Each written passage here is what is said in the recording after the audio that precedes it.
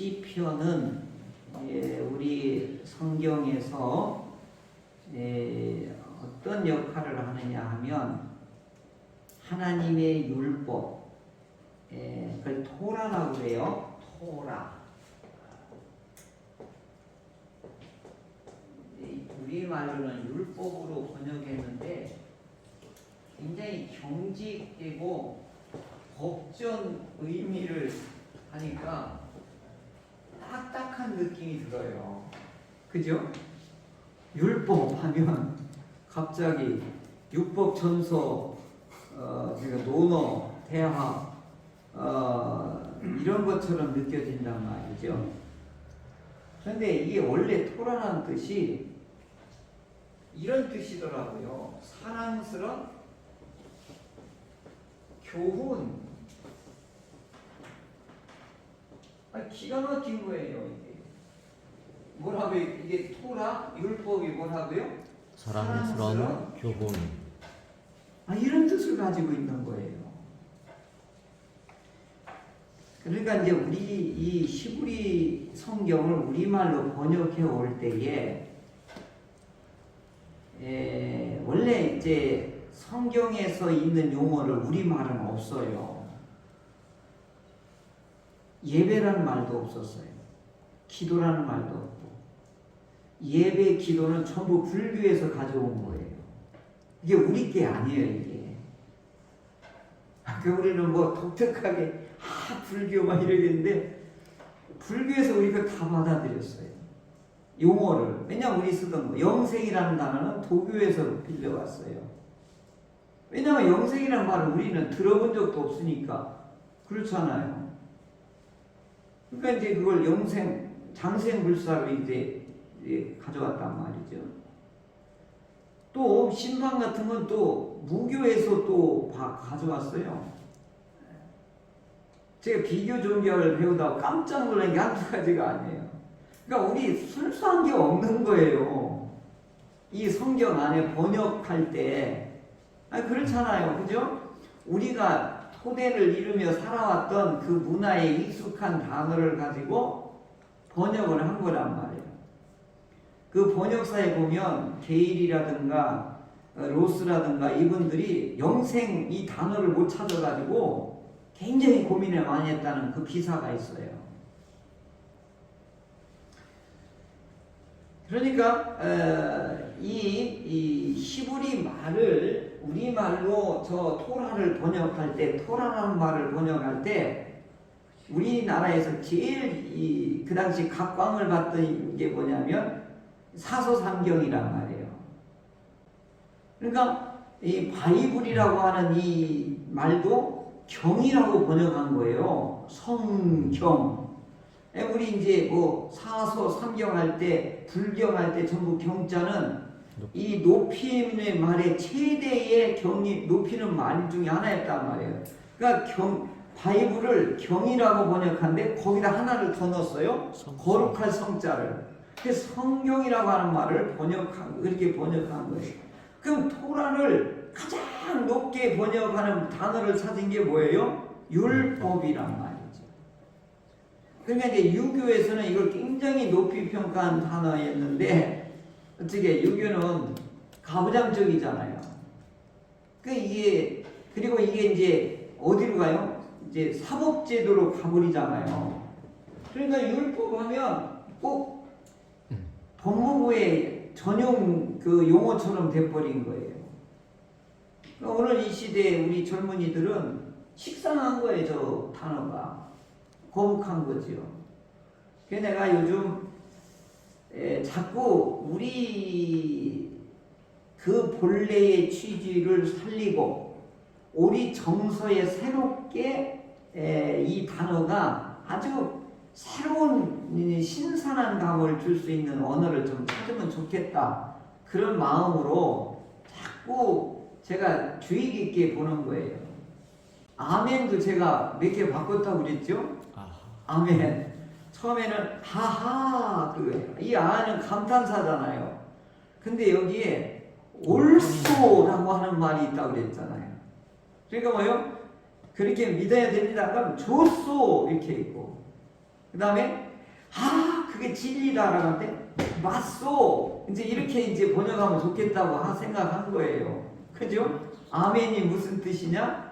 옳소, 좋소, 맞소. 그러니까 오늘 이 37편은 율법에 해당되고 그 다음에 지혜에 해당되는 문학 양식으로는 지혜시다, 교훈시다라고 이렇게 말해요. 그러면은 이 시편을 통해서 우리에게 주시고자 하시는 게 뭐냐면 요거예요.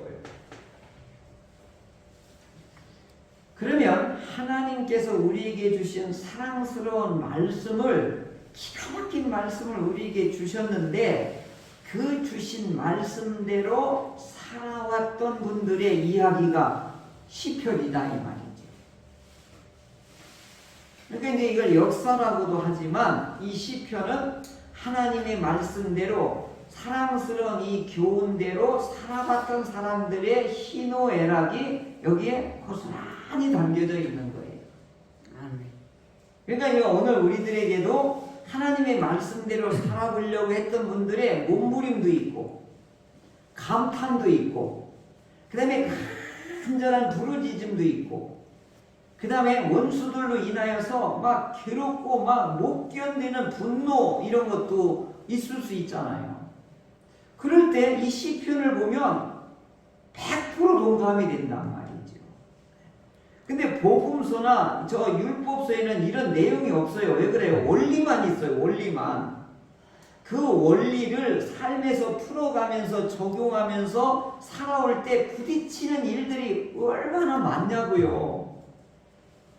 직장생활 만만치 않아요. 그러니까 원리대로 하나님 말씀대로 살아보려고 하니까 너무 이 세상이 하나님 말씀하고 절벽이에요. 절벽. 거기에서 살으려니까 살아남으려니까 어떻게 해요? 고통뿐인 거예요. 타협을 하면 그냥 모면할 수 있어요. 근데 교회 오면 아주 불편한 거예요. 사회생활 속에는 그냥 넘어갔어요.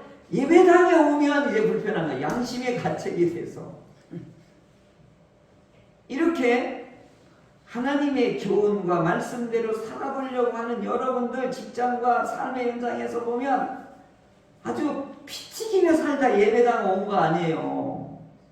나도 직장 생활 해봐서 너무너무 이거 잘한단 말이에요. 얼마나 힘들었을까 그게 보인단 말이에요. 한 주간 얼마나 힘들었을까. 이중 고통을 겪는 거예요. 예수 안 믿으면 술 먹고 뭐 하는데 다 아무런 지장이 없어요. 근데 맨정신이잖아요. 우리는 예수 맨정신이잖아요. 맨정신으로 가 살으려니까 이게 얼마나 부대끼냐고요. 다 거슬리는 거지. 그런 애완들이 시편에는 가득한 거예요. 특히 다윗은 공권력에 의해서 어떻게 하면 지명수배자로 억울하게 그 젊은 청소년과 청년 시절을 아주 그렇게 쫓기며 비참하게 살았단 말이에요. 거기서 나온 이 시편이 지금 이게 50%나 이게 담겨져 있단 말이에요. 그러니까 시편은 오늘 우리한테 큰 위로가 되고 여기서 이럴 때 어떻게 살아남을 수 있는가? 여기에 기술이 여기에 담겨져 있다고요. 그래서 시편이 좋은 거예요.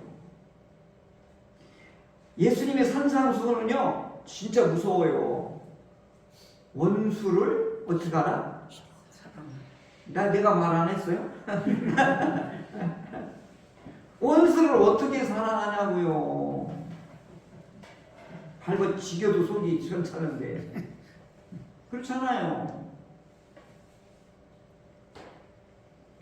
뭐? 후히 주어라? 아니 내 쓸 것도 없는데 어떻게 남을 베푸냐고요.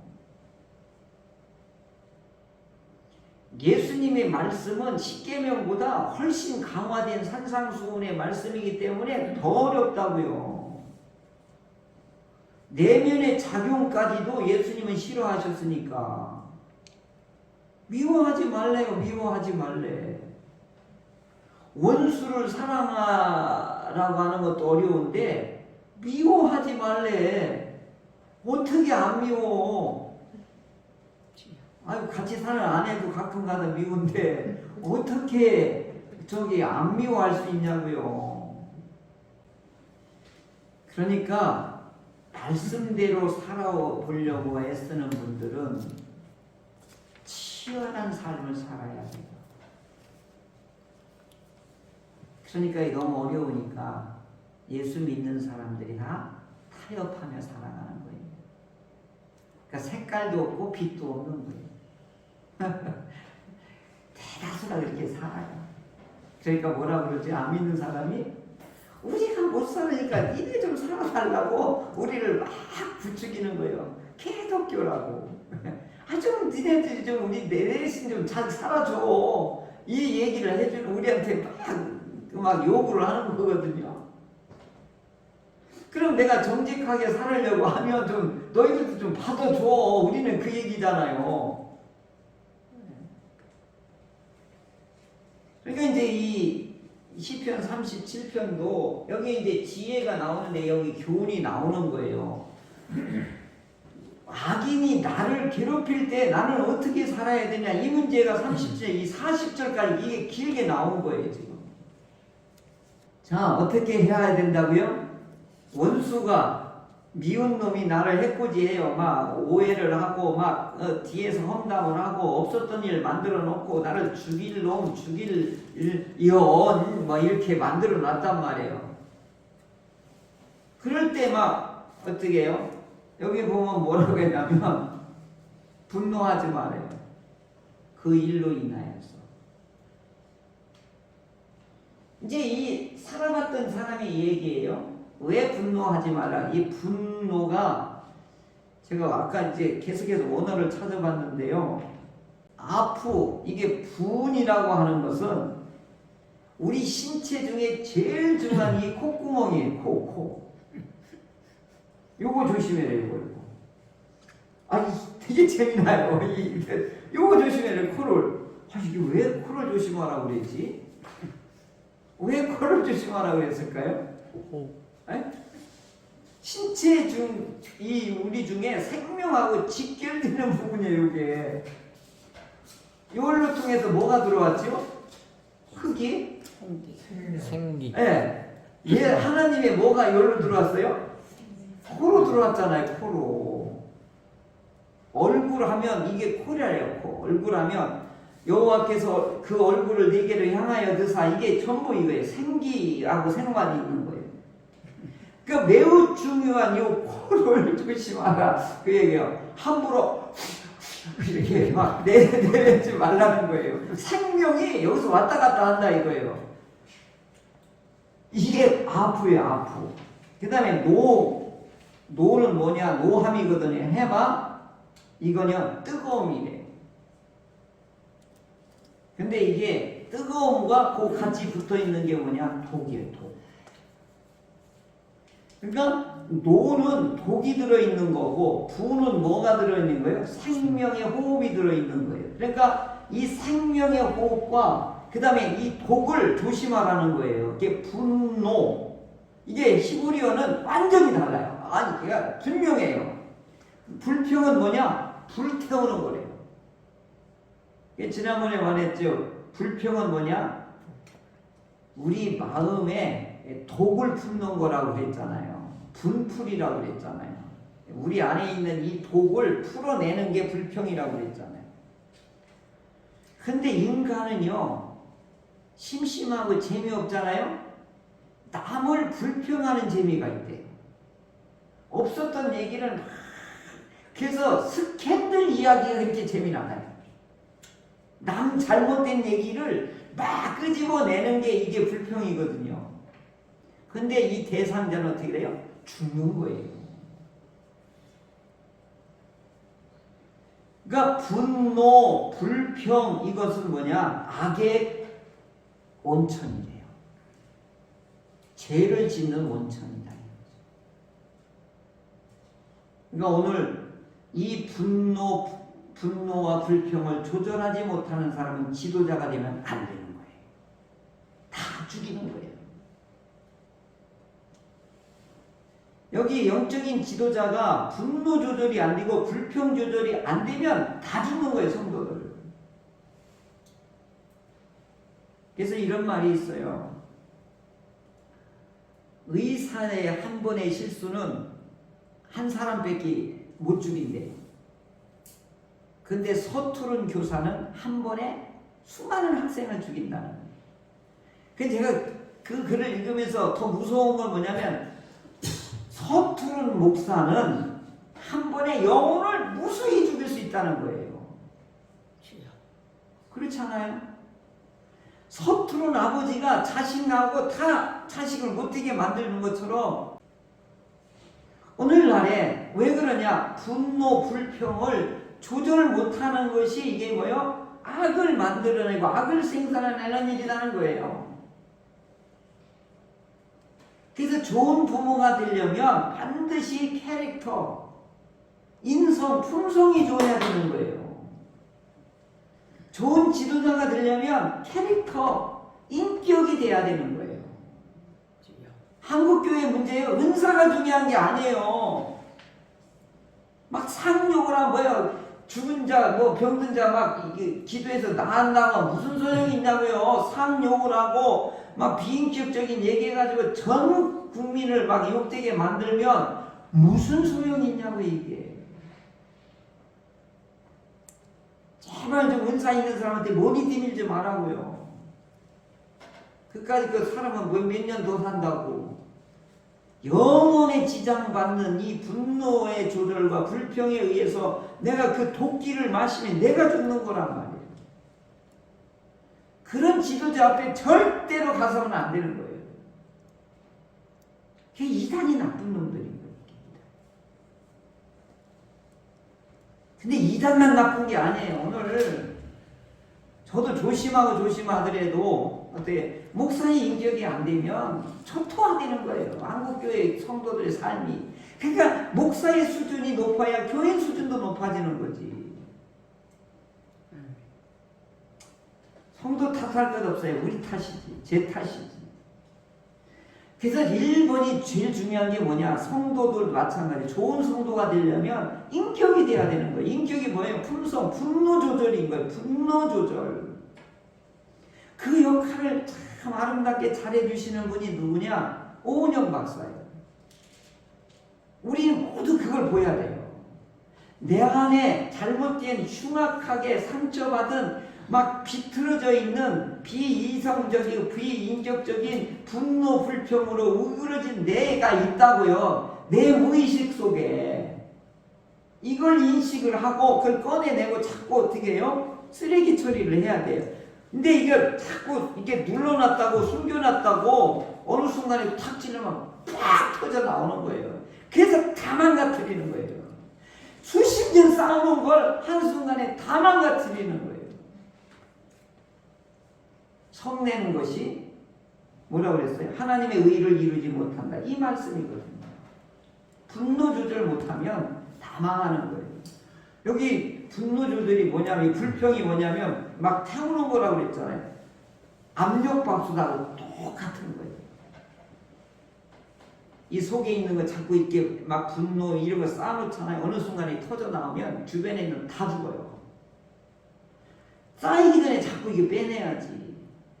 그런데 그걸 빼내는 인격이 자기가 누군지를 보고 자기를 성찰하고, 내가 왜 이렇게 화 조절을 못하지? 나는 왜 이렇게 매일 불안하지? 나는 왜 이렇게 한번 화나면 막 죽기 살기로 달려들지? 왜 그럴까? 자기를 볼 수 있어야 되잖아요. 이학중 교수님이 한국교회의 가장 큰 문제가 뭐냐? 이 인성 문제라는 거예요. 그래서 목사님들, 젊은 다음 세대의 목사님들을 키우기 위해서 이 인성의 문제를 신학적으로, 그 다음에 심리적으로 이걸 지금 펠로우십을 해서 지금 교육을 시켜주고 있거든요. 저도 거기 들어가서 장 목사님하고 들어가서 공부하는데, 제일 안타까운 게 가정과 직장과 교회, 이들 모든 공동체는 이 인성 문제로 붕괴되는 거예요. 오늘 우리들이 다 병들었잖아요. 원죄에 다 사로잡혀 있잖아요. 그러니까 신앙으로 원죄의 문제를 십자가 부활해서 뽑혔지 몰라도 내 인격이 양심이나 인격이 내성이 이 심성이 비틀어진 게 있어요. 그러니까 이제 이런 부분들을 어떻게 처리하느냐? 다윗은 말하잖아요. 이럴 때 악인이 잘 되고 악인이 나를 계속 괴롭힐 때 나를 계속 분노가 일어날 때 어떻게 하라고? 5절 말씀 한번 볼까요? 5절하고 7절 자 시작 내 길을 여호와께 맡기라 그를 의지하면 그가 이루시리라. 그 다음에 7절 한번 볼까요? 여호와 앞에 잠잠하고 참고 기다리라. 자기 길이 형통하며 악한 길을 이루는 자 때문에 불평하지 말라. 그리고 마지막 절 한번 볼까요? 40절. 이게 이 다윗이 깨달은 비법이거든요. 시작. 여호와께서 그들을 도와 건지시되 악인들에게서 건져 구하시는 그를 의지한 까닭이로다. 아멘. 여기 의지한에다가 줄을 긋고 피하는 이렇게 바꿔 써놓으세요. 이거 어디서 많이 듣던 말씀 아니에요? 시편 2편 12절에 누가 복 있는 사람이라고 그랬죠? 여호와께 피하는 자가 복이 있다고 그랬죠. 여기도 또 마찬가지잖아요. 그죠? 그를 피하는 자가 복이 있다. 이게 똑같아요. 번역을 같이 했으면 좋았을 텐데, 일관성이 있었을 텐데. 자, 오늘 우리가 분노를 자극하는 일들이 우리 가까운 사람한테서 일어나는 거예요. 미국에 있는 사람이 우리 분노 일으키지 않아요. 트럼프가 우리 분노 일으키나요? 안 일으켜요. 누가 일으켜요? 내 옆에 있는 사람이 나를 찌르는 거예요. 그렇잖아요. 가장 가까운 사람에서부터 나의 분노를 자극하는 거예요. 그럴 때 어떻게 하라고요? 하나님을 의지하라고. 네가 갖지 말아요. 그러면 분노와 불평이 같이 쌓아져서 맞닥뜨리고 하잖아요. 그러면 2배로 증가되는 게 아니라 100배로 폭발할 거예요. 다 죽는 거예요, 둘 다가. 그러니까 어떻게 하라는 거예요? 다윗이 이걸 깨달은 거예요. 누구한테 맡기라는 거예요? 죽게 맡기라. 당신은 죽을 것 같아요. 막. 속에서 막 이게 막 죽을 것 같아요. 그때 어떻게 해요? 저야 하면서 맡기는 거예요. 기도 안 돼요. 이때는 뭐만 하는 거예요? 막 호수만 하는 거예요. 막. 그럼 이빨을 부러뜨리고 팔을 부러뜨려 달라고 막 이것밖에 안 되는 거예요. 그러면 뭐죠? 이 분노를 누구한테 지금 쏟아놓는 거죠? 하나님께. 어떻게 해달라는 거예요? 기도하고 뭐 하라는 거죠? 오늘 보면 잠잠하고 참고 기다려. 누가 해결할 때까지? 하나님이 해결할 때까지. 그러면 하나님이 아주 깨끗하게 해결합니다. 완벽하게 해결해요. 그래서 악인은 완전히 멸망하고 의인은 하나님이 높일 거다. 이걸 경험한 거예요, 다윗은. 그러니까 오늘 우리 삶 속에 분노 조절이 안 되는 우리 문제 있잖아요. 왜 우리 3층에 가면 우리 설거지할 때 뭐 뜨거운 물 나오게 해주세요. 온도 조절기 있잖아요, 이거. 너무 방이 뜨거우면 어떻게 해요? 외출로 내려놓고 이걸 할 줄 알아야 돼요. 그냥 처음부터 끝까지 높은 온도로 해놔봐요. 가스가 얼마나 나오겠어요. 그러니까 오늘 우리들의 분노, 이 조절, 불평, 분명 이 조절을 할 수 있는 이 조절기가 우리 안에 있어야 되는 거예요. 근데 오늘 다윗은 우리에게 이 사랑스러운 교훈을 통해서 이 체험을 통해서 뭘 주는 거예요? 맡기라 이거예요. 하나님께. 그 다음에 어떻게 하는 거예요? 잠잠하고 참고 기다리라 이거예요. 어느 때까지? 하나님이 손볼 때까지. 이게 지혜입니다. 그러면 나는 한 게 하나도 없어요. 근데 어떻게 해요? 하나님이 해결할 때 완벽하게 해결한 걸 보고 어떻게 해요? 우리는 그 다음에 어떻게 해요? 할렐루야 하나님 찬양합니다. 속이 다 후련합니다. 이게 찬양이에요. 아멘. 속이 다 후련합니다. 하나님이 해결할 때 완벽해요. 그런 경험과 체험이 많이 있으시기를 주님의 이름으로 축원합니다.